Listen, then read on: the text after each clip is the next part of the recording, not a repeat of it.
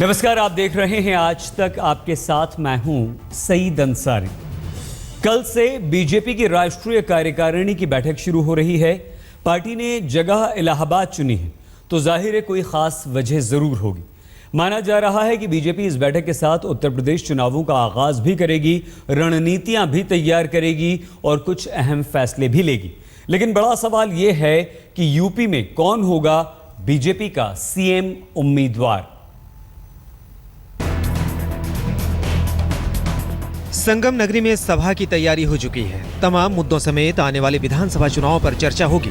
BJP Punjab, Goa और उत्तराखंड चुनावों पर माथापच्ची करेगी, लेकिन सूत्र बताते हैं कि एजेंडे में टॉप पर यूपी चुनावों के लिए रणनीति तैयार करना है। 5 राज्यों में जो चुनाव होने वाले हैं, उत्तराखंड में, पंजाब में, गोवा में, उत्तर प्रदेश में, उन सब विषयों पे भी चर्चा होगी। प्रधानमंत्री नरेंद्र मोदी 2 दिनों तक दिल्ली छोड़कर इलाहाबाद में रहेंगे और उनका दफ्तर यानी पीएमओ भी वहीं से चलेगा। अगले 2 दिन तक प्रधानमंत्री का कार्यालय केपी कॉलेज इलाहाबाद के इसी हॉल से चलेगा। जब प्रधानमंत्री नरेंद्र मोदी बीजेपी राष्ट्रीय कार्यकारिणी की बैठक में हिस्सा लेने के लिए पहुंचेंगे तो उनके साथ प्रधानमंत्री कार्यालय यानी पीएमओ के तमाम अधिकारी भी यहां होंगे। इलाहाबाद में बीजेपी राष्ट्रीय कार्यकारिणी और वहां 2 दिनों तक प्रधानमंत्री की मौजूदगी इस बात का सबूत है कि पार्टी के लिए यूपी चुनाव काफी अहम है। पिछले लोकसभा चुनाव में यूपी की 80 सीटों में से 73 सीट पर जीत के बाद बीजेपी के हौसले बुलंद हैं।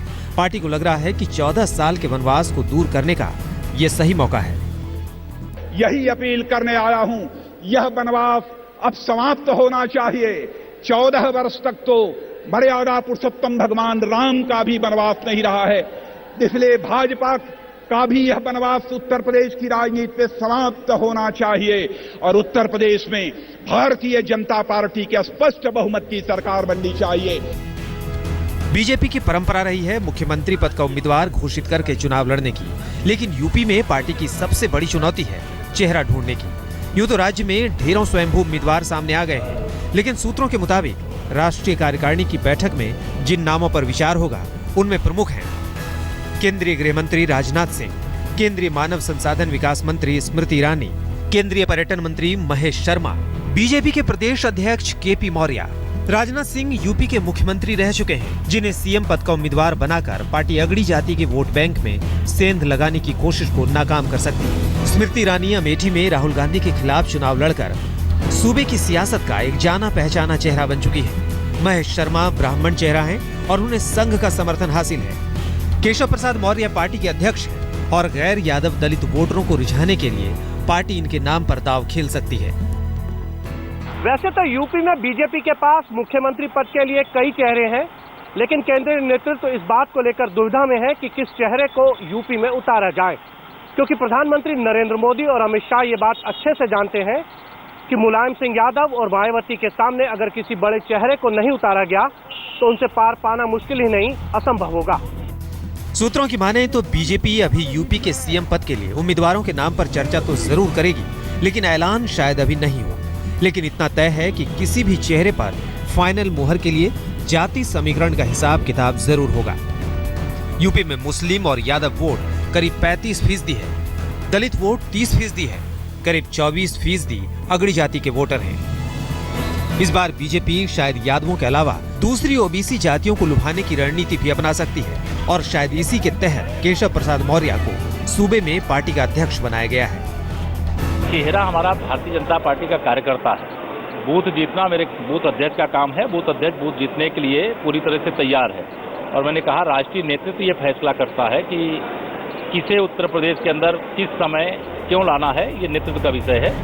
अगड़ी जातियों खासकर ब्राह्मणों को लुभाने के लिए बीजेपी ने मुख्तार अब्बास नकवी की जगह यूपी से शिव प्रकाश शुक्ला को राज्यसभा भेजा है। उधर दलितों को लुभाने के लिए अमित शाह घूम घूम कर दलितों के साथ भोजन कर रहे हैं। मैं मुख्यमंत्री पद के ऊपर तो नहीं आऊंगा, मगर राजनाथ जी से बड़ा नेता उत्तर प्रदेश में भारतीय जनता पार्टी का कोई नहीं, इसमें किसी को भी संदेह नहीं। और वरुण जी पॉपुलर नेता है और उनके बहुत चाहक है।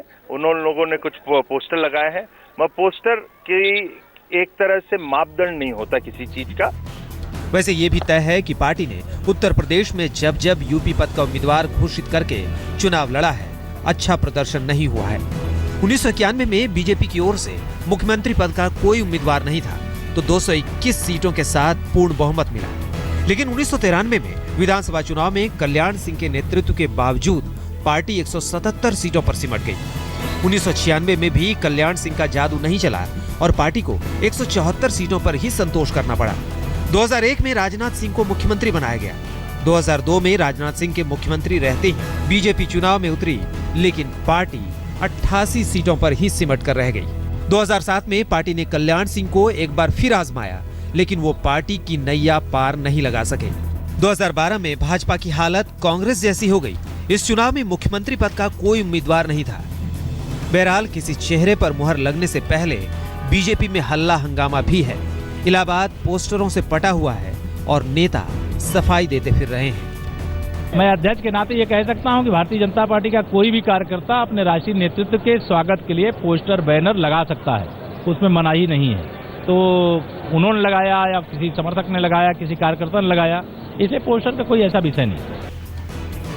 सीएम पद के उम्मीदवार के नामों के अलावा बीजेपी इलाहाबाद में उन मुद्दों पर भी चर्चा करेगी जिन्हें यूपी चुनाव में विरोधियों के खिलाफ हथियार के तौर पर इस्तेमाल करना है। इनमें अहम होंगे भ्रष्टाचार, कानून व्यवस्था और परिवारवाद। मेरठ कांड के बाद समाजवादी पार्टी के खिलाफ पार्टी ने जोरदार हमला बोला है, जो यूपी चुनाव के लिए बड़ा संकेत है। रीमा पराशर के साथ हिमांशु मिश्रा, इलाहाबाद, आज तक। तो कल से 2 दिन की राष्ट्रीय कार्यकारिणी की बैठक और तमाम मुद्दों पर चर्चा होगी, लेकिन उत्तर प्रदेश में कौन होगा बीजेपी का मुख्यमंत्री पद का उम्मीदवार, क्या इस पर चर्चा और उसकी घोषणा होती है या नहीं। और अब बात 7 राज्यों की 27 सीटों के लिए हुए राज्यसभा चुनाव की। हर जगह परिणाम उम्मीद के अनुसार ही रहे, लेकिन झारखंड और हरियाणा में बीजेपी को फायदा हो गया। झारखंड में बीजेपी ने दूसरी सीट पर भी बाजी मार ली, तो हरियाणा में बीजेपी समर्थित उम्मीदवार ने जीत हासिल कर ली।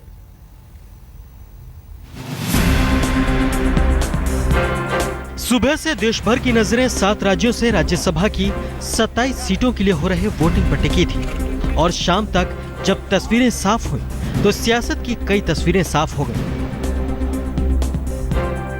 सबसे पहले झारखंड चलते हैं, जहां बीजेपी के एक उम्मीदवार मुख्तार अब्बास नकवी की जीत तय थी। बीजेपी ने दूसरी सीट भी जीत ली, यानी महेश पोद्दार जीत गए। दरअसल महेश पोद्दार को जीत के लिए 7 वोटों की दरकार थी। मुकाबले में जेएमएम के बसंत सोरेन थे। उम्मीद थी कि कांग्रेस समेत विपक्ष का पूरा वोट बसंत सोरेन को मिल जाएगा, लेकिन ऐन वक्त पर जेएमएम के चमरा लिंडा गिरफ्तार हो गए और कांग्रेस के 2 विधायकों ने आपराधिक मामलों की वजह से वोट नहीं दिया और महेश पोद्दार जीत गए। मैंने शुरू दिन से कहा था मैं जीतने के लिए लड़ रहा हूँ। अच्छा, लेकिन सहयोग मिलते गए, साथ मिलता गया, कार्बोमंत्र क्या रिजल्ट होगा। पोद्दार की कितनी बड़ी चुनौती थी? कोई भी चुनाव चुनौती होती है। अब हरियाणा चलिए। यहाँ 2 सीटों में से एक पर बीजेपी की ओर से बीरेंद्र सिंह उम्मीदवार थे, जिनकी जीत तय थी। दूसरी सीट पर सुभाष चंद्र और कांग्रेस के आरके आनंद के बीच मुकाबला था। हरियाणा की एक सीट पर बीजेपी के बीरेंद्र सिंह जीत गए और दूसरी सीट से बीजेपी समर्थित सुभाष चंद्र ने बाजी मार ली। हरियाणा में एक सांसद के लिए 31 विधायकों का समर्थन जरूरी था। बीजेपी के 47 हैं, जिसमें से 31 का वोट बीरेंद्र सिंह को जा चुका था और सुभाष चंद्रा के लिए 16 विधायक बचे थे।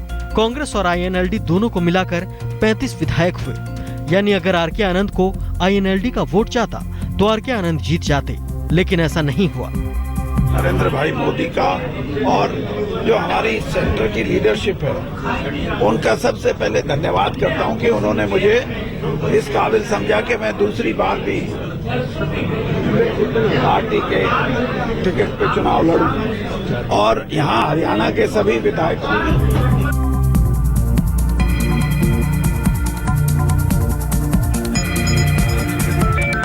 यूपी में राज्यसभा की 11 सीटों के लिए चुनाव हुए।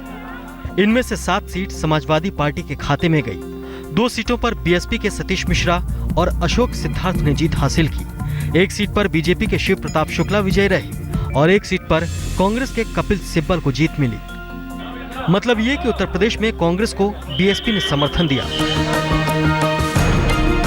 मध्य प्रदेश चलते हैं, जहां 3 सीटों के लिए चुनाव हुए। बीजेपी के एमजे अकबर और अनिल देव ने जीत हासिल की और तीसरी सीट पर बीएसपी की मदद से कांग्रेस के विवेक तनखा जीत गए। राजस्थान की चारों सीटें बीजेपी के खाते में गई। केंद्रीय मंत्री वेंकैया नायडू, बीजेपी के उपाध्यक्ष ओम प्रकाश माथुर, पूर्व सीबीआई अधिकारी राम कुमार वर्मा और डुंगरूपुर शाही खानदान के हर्षवर्धन सिंह ने जीत हासिल की। कर्नाटक में कांग्रेस की सरकार है, लिहाजा यहां 2 सीटों पर पार्टी के उम्मीदवार जीत गए। तीसरे पर बीजेपी ने और चौथी सीट पर जेडीएस ने जीत हासिल की। कांग्रेस की ओर से ऑस्कर फर्नांडिस और जयराम रमेश राज्यसभा पहुंच गए। कांग्रेस ने केसी राममूर्ति को तीसरे उम्मीदवार के तौर पर खड़ा किया था। जीत की उम्मीद कम होने के बावजूद कांग्रेस ने तीसरी सीट भी जीत ली। वहीं बीजेपी की निर्मला सीतारमण ने भी जीत हासिल की। उत्तराखंड की एक सीट पर कांग्रेस के प्रदीप टम्टा ने जीत हासिल की। आज तक ब्यूरो। और अब बात बिहार की, जहां पिछले कई दिनों से फरार टॉपर्स घोटाले का मास्टरमाइंड बच्चा राय गिरफ्तार कर लिया गया। हालांकि वहां ड्रामा भी खूब हुआ। पुलिस ने भी बच्चा राय से पूछताछ के लिए सवालों की लंबी लिस्ट तैयार कर ली है और उम्मीद है कि बच्चा राय की गिरफ्तारी के बाद इस मामले में खुलासे अभी और होंगे और नाम सामने आएंगे।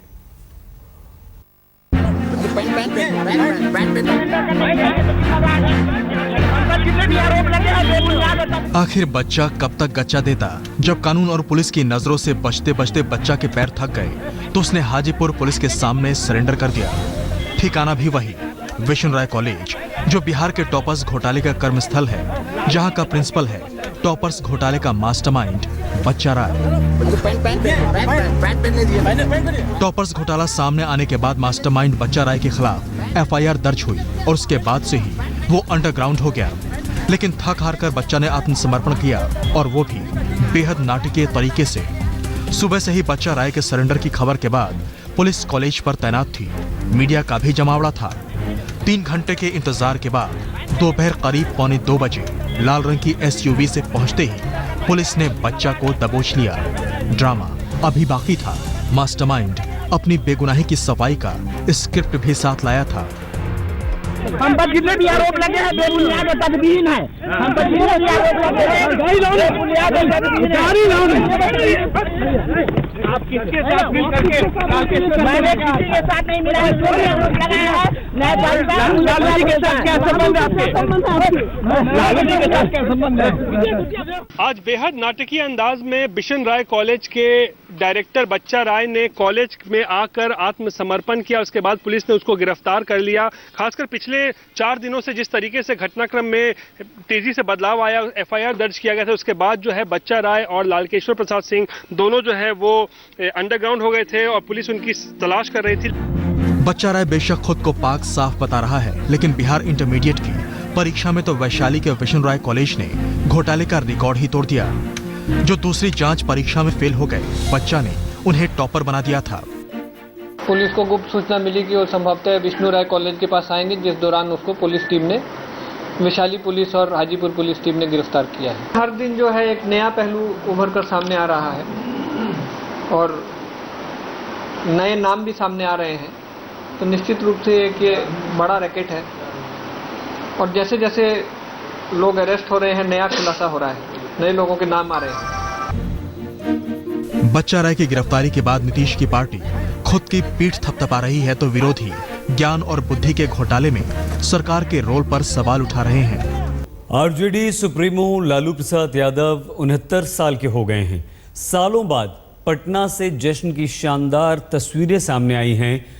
बिहार के मुख्यमंत्री नीतीश कुमार ने भी लालू प्रसाद यादव के घर जाकर उन्हें बधाइयां दी। 69 मेरा उम्र हो गया।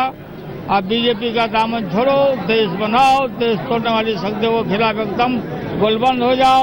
हम लोग जुट कर एकदम नस्ताबूद कर देगा हम लोग। अब देश का प्रधानमंत्री नहीं है, वो विदेश का प्रधानमंत्री हो गए हैं। जन्मदिन की बधाई है। इनका जीवन पूरा संघर्ष की कहानी है। हम लोग मिलकर काम कर रहे हैं, आगे भी करते रहेंगे। ये चट्टानी एकता आगे चलेगी। बिल्कुल बिल्कुल।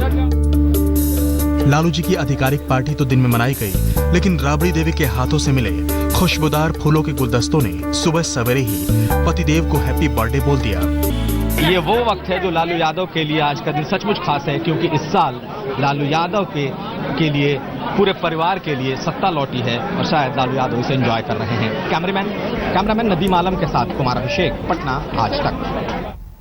दिल्ली से सटे ग्रेटर नोएडा में बदमाशों और पुलिस में दिन दहाड़े मुठभेड़ हुई। पुलिस मुठभेड़ में सुंदर भाटी गैंग के कुख्यात अपराधी अंकित गुर्जर के पैर में गोली लगी, जिसे बाद में पुलिस ने गिरफ्तार कर लिया। अंकित गुर्जर पर 50,000 का इनाम भी है। यह मुठभेड़ बिसरक थाना क्षेत्र में हुई है।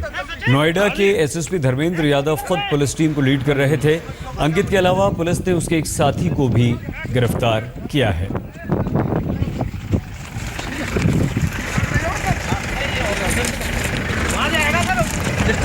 District hospital.